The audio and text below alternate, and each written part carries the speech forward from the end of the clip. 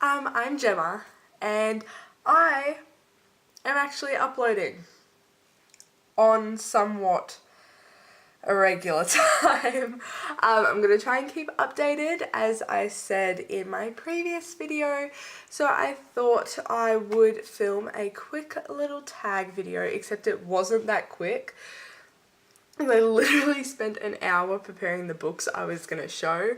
But this is the Name in Books challenge, and I struggled a lot. There is a tag here. I struggled so much. I was looking through my bookshelves and I was trying to find book titles with the letters in my name, and it was borderline impossible. Like, I was on Struggle Street. I was like, why couldn't I have a P in my name? Why couldn't I have like an O? I mean, technically I do have an O, but I'm using my first and my middle name because it's a lot easier instead of my first and my last name, which has an O in it.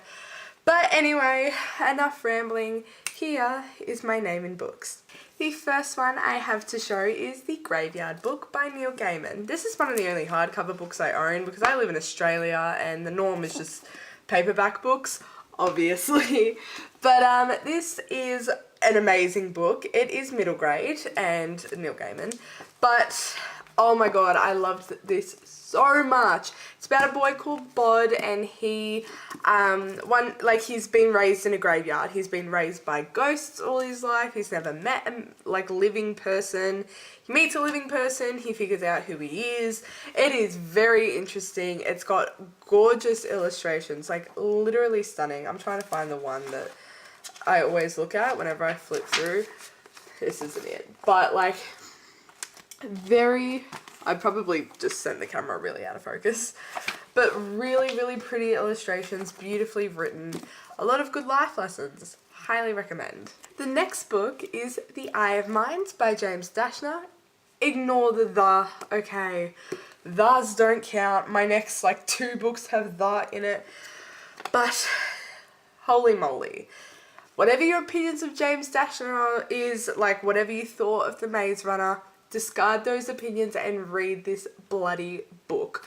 Holy moly, it is incredible. The plot twist at the end, oh my god, I was like on the floor.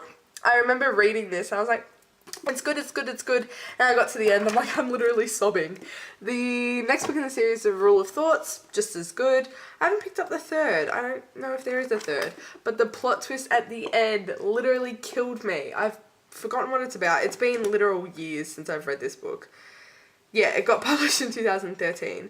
But from what I can remember, it's like this world where you can live in the Vertnet. So basically real life is just redundant.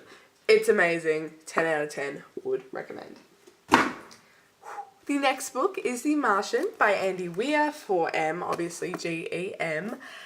Holy moly, one of my favourite movies of all time. It's actually one of the best book-to-movie adaptations I have ever seen. I am an idiot who accidentally bought the Young Readers edition, so it doesn't have any of the swearing in it. Which is just so funny to me. Like, the first line is, I'm pretty much screwed, and it should be, I'm pretty much fucked. But this book is so incredible. For those who don't know, who haven't seen the movie or read the book, it follows Mark Watney, and he is a botanist on a rocket ship, and he gets stranded in Mars by himself. It is very good, even if you don't like science. I am not science-minded, but this is so good, and it's very accessible. For my second M, I chose The Messenger by Marcus Zusak. I was not expecting to love this as much as I flipping did. I loved The Book Thief. I feel like everybody loves The Book Thief. But I picked this up because it sounded kind of interesting. Blew my mind. I love this more than I love The Book Thief. Hear me out. So it follows this guy called Ed, and he's a bit of a nobody. He lives in a nothing town in the middle of nowhere, and he's just a bit of a figure. Like, he's not anybody. But then he gets these cards with like objectives to do, and he figures out this like mystery, and he helps a lot of people who are in desperate need of his help. And I did a shocking job of explaining that, but it truly is very, very good, and I really do recommend it. Is my camera recording? If it's not, I'm gonna cry. Okay, it is. For the last letter of my first name, my A book is Afterwards by Scott Westerfeld. I feel like this book gets zero hype. I loved this book so much. Oh my god, like thinking about the characters literally makes me cry. So as you can see, it's divided into black and white sections. The white sections follow Darcy, and she is an author. She's gotten her first publishing deal, and she's kind of like concerned. She's worried about her future. She's like, am I doing the right thing? She's worried about deadlines. It's very, very real to me. She's part of the LGBT community, which I think is amazing. Anyway, the black section is the book that she's written. And I like that. Is that not the most interesting thing ever? So you get to follow 2 stories in one. Love it. Moving on to my middle name, which is Alice. So obviously the first A book is A Movable Feast by Ernest Hemingway. I still have the receipt in here. A video wouldn't be complete without Ernest Hemingway. He's my all-time favorite author. This is just a short memoir collection. It's mainly set in Paris.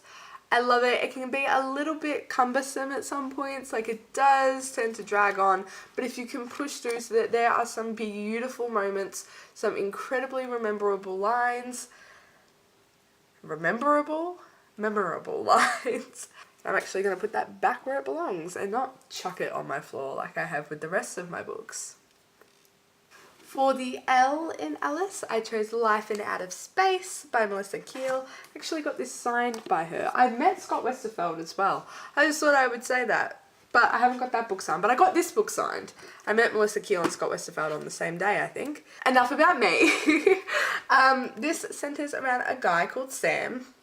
He's a bit of a nerd, he loves his comic books, he loves his sci-fi, and then comes Camilla, and she is, you know, the exact opposite, and they fall in love. But it's a very realistic chick lit. Or not, it's a lovely contemporary novel. I really do recommend this, even if you think it sounds really stereotypical. I also love this because it's set in Melbourne, and I live in Melbourne, so Sam and Camilla visit places that I've been, and it's just big fan. Big fan. For the I in Alice, I chose Illuminae by by Amy Kaufman and Jay Kristoff. I've met Amy Kaufman. She's lovely. Big fan. Basically, you haven't been on BookTube ever if you haven't seen this book floating around. It's set on a ship, and it's, you know, formatted in emails and countdowns and coding, and it's so interesting, and there's just pages of sentient computers speaking, and it's a wild ride. I loved Gemina. I considered putting it in, but I thought it was too similar to my name. The next is another Neil Gaiman book. I didn't realise I had done 2 Neil Gaiman books, but I'm doing it anyway. It is Coraline. And, you know, like, everybody knows Coraline by this time. The movie's fantastic. I thought I would put this in because this ruined my childhood. I was petrified of the hand. This hand, not sure if you can see it. Wait, yep, this hand killed me as a child. I remember like sprinting into bed because I thought this hand was underneath my mattress. Yeah, it literally ruined my life when I was younger. But I love it. It's really good. And last but not least is Endlessly by Kirsten White. This is the 3rd and final book in the Paranormalcy trilogy. I didn't want to put any sequels in here, but I literally had no ebooks after my first ebook, so I thought I would include this because this was the perfect wrap up to one of my all-time favorite series. I think Paranormalcy is hanging out somewhere here. It follows this girl called Evie. She's a monster hunter. She tracks down vampires and werewolves and shapeshifters, and It's just so good. The romance is beautiful. Evie is so funny and so relatable, and she loves pink and has a pink rhinestone taser, and that's where I want to be in my life. I want to be Evie. Anyway, that wraps up my name in book titles tag.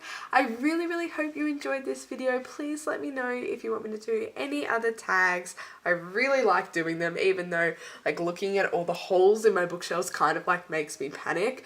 But please let me know if there's any other tags that sound kind of interesting. And until next time, bye guys.